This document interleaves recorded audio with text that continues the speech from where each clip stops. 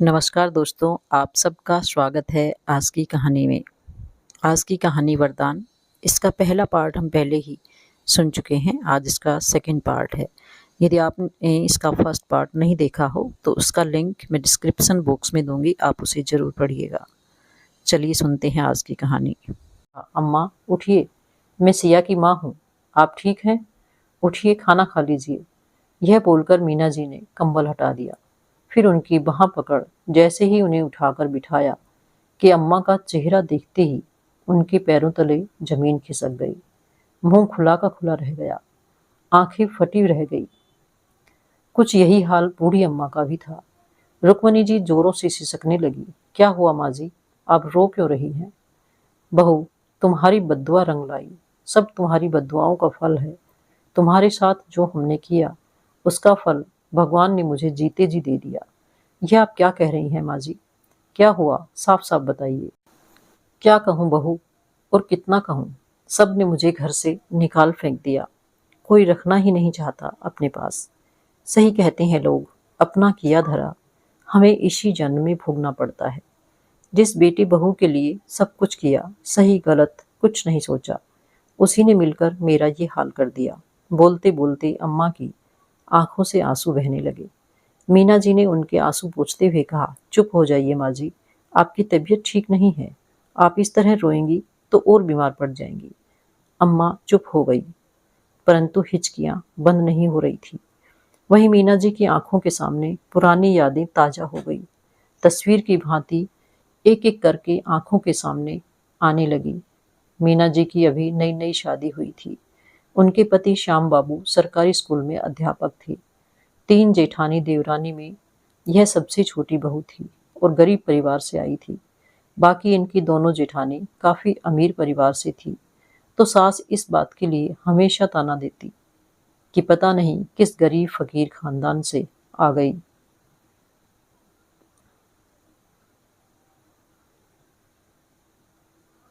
मीना जी कभी अपनी सास की बातों को दिल पर नहीं लेती थी, तो दोनों जेठानी सास को सह देने लगती और सब तीनों मिलकर खूब मीना जी को खरी खोटी सुनाते। कभी तीज त्योहार में दोनों जेठानी के मायके से बहुत सारा सामान आता, तो वहीं शर्मा जी की मायके से थोड़ा बहुत आता। कभी नहीं भी आता तो इस बात के लिए भी उसे खूब सुनाया जाता। कितनी बार मीना जी विरोध करना चाहती, पर पति मना कर देते कि माँ के सामने मत बोलो, और मीना जी मन महसूस कर रह जाती। उसे याद है, जब पहली बेटी हुई तो सासू माँ ने कैसे मुंह बना लिया। पोते का इंतजार कर रही थी, पोती हो गई। अरे, इसे तो मायके का लक्षण लग गया है। इस पर माँ की परछाई पड़ गई है। मेरे खानदान में तो सबको पहले बेटा ही होता है, यहाँ तक कि जानवर को भी, और इसने बेटी हो गई। तब मीना जी को खूब रोना आया, लेकिन फिर वह भी सहन कर लिया। परंतु जब दूसरी बेटी हुई, तब तो मानो पहाड़ टूट पड़ा हो। रुक्मणी जी उनके खाने पीने में दिक्कत तो करती ही, ऊपर से बेटे को भड़काने लगी। इस बहू से पोता नहीं होगा, मुझे तुम दूसरी शादी कर लो। अब तो जेठानी भी ताना मारने लगी कि तुम्हें बेटा नहीं है, तुमने तो अपने पति की को बेटियों के कर्ज तले दाब दिया है। मीना जी कभी अपने पति से यह सब बातें कहती तो हंसकर कहते, जिसे जो कहना है कह दो, मैं तुम्हारे साथ हूं ना, तो और क्या चाहिए। तब मीना जी खुश हो जाती और धीरज धर लेती। अब दोनों पति पत्नी सोच रहे थे कि अब बच्चा नहीं करेंगे, 2 बेटी ही काफी है। लेकिन ससुराल वालों के साथ मायके वालों का भी दबाव पड़ा, तो उन्होंने तीसरा बच्चा कर लिया और भगवान को यह मंजूर था। तीसरी भी बेटी हो गई। तब तो सासू माँ ने बच्चा सहित उसके घर से निकाल दिया, मायके भेज दिया। तू अभागी है, खाली बेटी जनेगी। तुम तो मेरे बेटे का वंश कैसे बढ़ेगा, खानदान कैसे बढ़ेगा, जा तू निकल जा। और अपने बेटे पर दूसरी शादी के लिए दबाव डालने लगी। तब भी बेटा मुस्कुराकर रह जाता। क्या हो गया माँ, बेटा और बेटी में आजकल क्या फर्क है। पर वह कहाँ समझती, उन्हें तो पोता चाहिए था। रात दिन रट लगाए बैठी रहती। कहते हैं घर में रोज रोज की कलह एक दिन लग जाती है। वही हुआ। एक शाम बहुत तेज बारिश हो रही थी। मीना जी के पति काम से बाहर गए थे। घर लौटते समय बारिश की वजह से उनका एक्सीडेंट हो गया। वहीं उनकी मृत्यु हो गई। मीना जी पर दुखों का पहाड़ टूट पड़ा। क्या करूं, क्या नहीं, समझ में नहीं आ रहा था। लेकिन पति की सरकारी नौकरी थी, तो अनुकंपा पर उन्हें शिक्षक की नौकरी मिल गई। परंतु ससुराल वाले चाहते थे कि यह नौकरी उनके दोनों जेठ में से किसी को मिले। पर मीना जी ने जिद करके कहा कि मुझे 3 बच्चे हैं, तो मैं अपने बच्चों का लालन पालन कैसे करूंगी, इसलिए नौकरी मैं ही करूंगी, और जिद करके नौकरी कर ली। इस गुस्से में दोनों जेठ जेठानी ने सास को खूब चढ़ाया, उल्टा सीधा सिखाया और मीना जी को घर से निकलने पर मजबूर कर दिया। मीना जी रोती बिलखती रह गई। मैं 3 बच्चों को लेकर कहाँ जाऊंगी? मायके में भी कोई आसरा नहीं है। मुझे कुछ नहीं तो रहने के लिए एक कमरा ही दे दीजिए। लेकिन किसी ने एक नहीं सुनी। वह रोती बिलखती रह गई। उनके पास देखकर भी रुक्मणी जी का दिल नहीं पिघला। तब मीना जी ने रुक्मणी जी के पैर पकड़ लिए। माता जी, आप तो मेरी सास हैं, बच्चों की दादी हैं, कम से कम आप तो समझिए। मैं अकेली औरत 3 बच्चों को लेकर कहाँ जाऊंगी? मुझे बाकी संपत्ति में कोई हिस्सा मत दीजिए, कुछ नहीं चाहिए, बस रहने को एक छत दे दीजिए, मैं उसमें रह जाऊंगी, तीनों बच्चों का पालन कर लूंगी। तब सासू माँ रात को धक्का मारते हुए बोली, मेरे बेटे को तो खा गई, अब किस हक से यहाँ रहेगी? फिर तुम बेटियों की माँ हो तो तुम्हारा कैसा हिस्सा? कोई हिस्सा नहीं होगा। जहाँ मन होता है वहां जाओ। अगर नहीं संभाल सकती हो तो इतनी बेटी पैदा क्यों की थी? जा कहीं फेंक दे, मार दे। जब कोई रखने को तैयार नहीं हुआ तो मीना जी तीनों बेटियों के साथ घर से निकल गई। जमीन जायदाद और छत से दूर किसी ने एक समय का खाना बनाने के लिए अनाज तक नहीं दिया था। तीनों बच्चों के साथ घर तो छोड़ दिया, पर अब आगे क्या करे? मीना जी को समझ नहीं आ रहा था। क्या करूं, कहाँ जाऊं? बहुत परेशान हो गई। उन्हें परेशान देखकर स्कूल के प्रधानाध्यापक ने उनसे उनकी परेशानी का कारण पूछा। तब रोती हुई उन्होंने सारी बातें बता दी। सुनकर उनका भी कलेजा पसीज गया। उन्होंने कहा, कोई बात नहीं, आप कुछ दिनों तक स्कूल में ही रह जाइए। जब घर की व्यवस्था हो जाए तब आप यहाँ से चले जाइएगा। तब मीना जी तीनों बेटियों को लेकर उसी स्कूल में रहने लगी जिसमें वह पढ़ाती थी।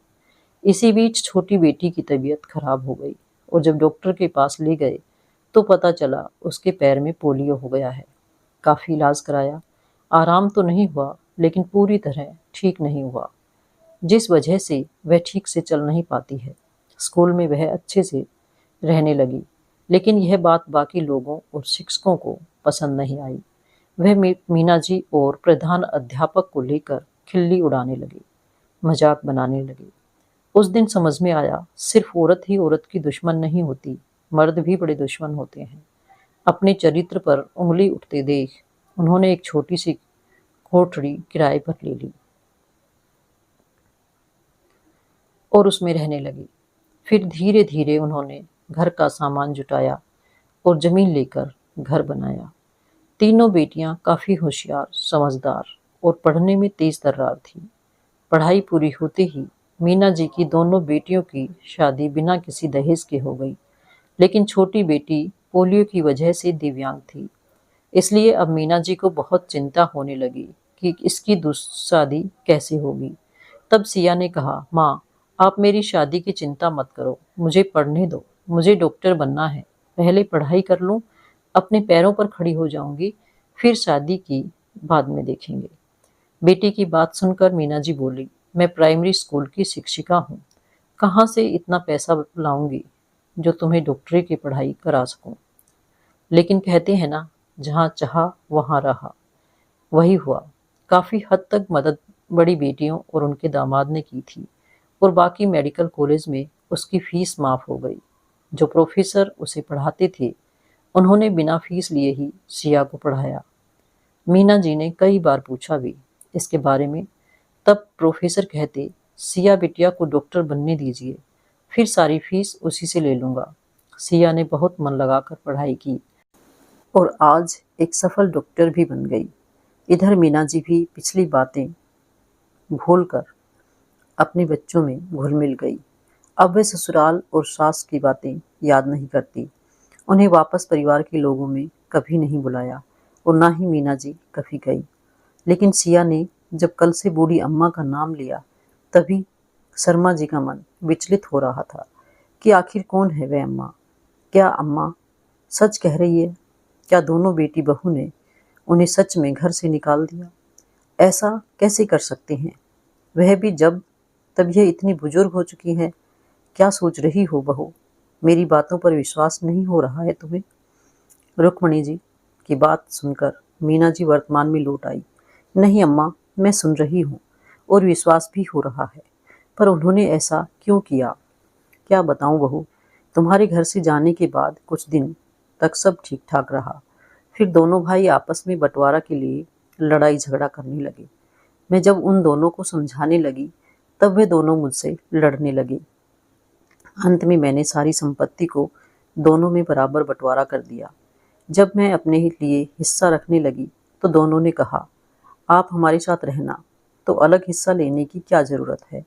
मैं भी सहमत हो गई उनकी बातों से, पर बाद में दोनों बहू झगड़ा करने लगी कि मैं किसके साथ रहूं।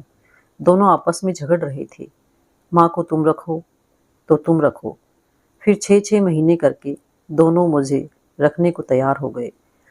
मैं जिसके साथ रहती, वह बहू मुझसे नौकरों की तरह व्यवहार करती, घर का सारा काम करवाती और खाना माफ कर देती।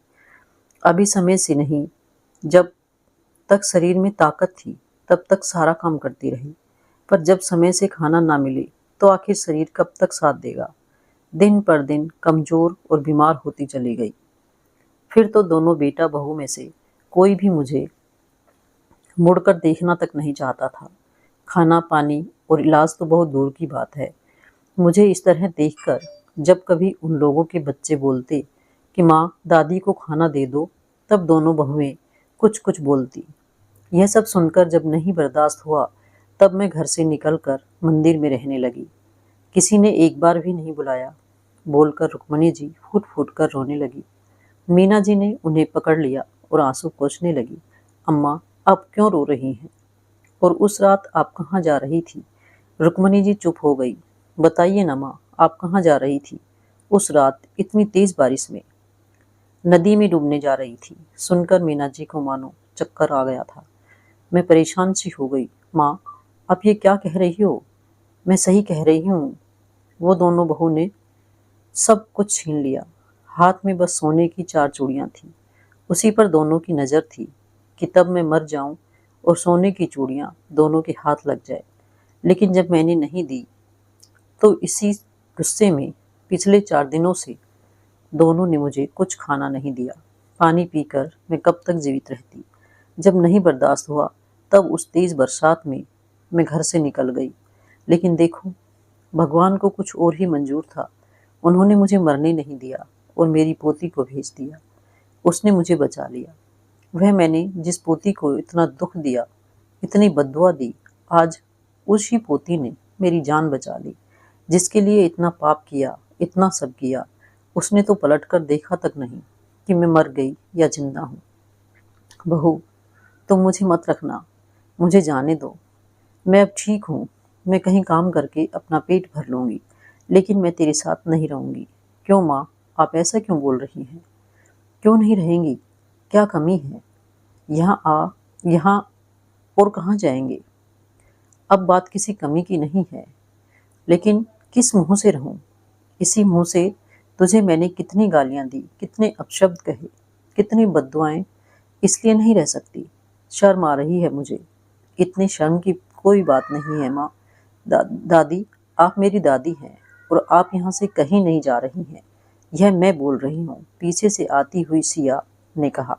दादी शब्द सुनते ही रुक्मणी जी फूट फूट कर रोने लगी। तुम्हें पता चल गया मेरी बच्ची, मैं तुम्हारी दादी हूँ। हाँ दादी, मैंने सब बात सुन ली है। और हाँ, पहले जो भी कुछ हुआ मैंने नहीं देखा, लेकिन आज जो मेरे सामने मेरी दादी बैठी हैं, वह बहुत अच्छी हैं और मुझे दादी की ज़रूरत है। मैं बरसों से माँ के साथ में रहकर बोर हो गई हूँ।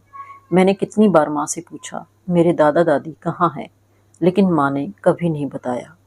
जब आप यहाँ आ गई हैं, तो यहाँ से कहीं नहीं जाएंगे। मैं नहीं जाने दूंगी आपको। आप हमारे साथ यहीं रहेंगे। अगर नहीं समझी और जिद करेंगी तो जानती हो ना, मैं डॉक्टर हूँ, मोटे मोटे इंजेक्शन लगा दूंगी। सुनकर दादी हंसते हंसते रो पड़ी। सिया की बात सुनकर रुक्मिणी जी रोते रोते हंस पड़ी और सिया को गले से लगा लिया।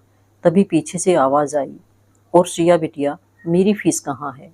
याद है ना, मैंने तुम्हें कहा था कि जब तुम डॉक्टर बन जाओगी, कमाने लगोगी, तब तुमसे फीस ले लूंगा।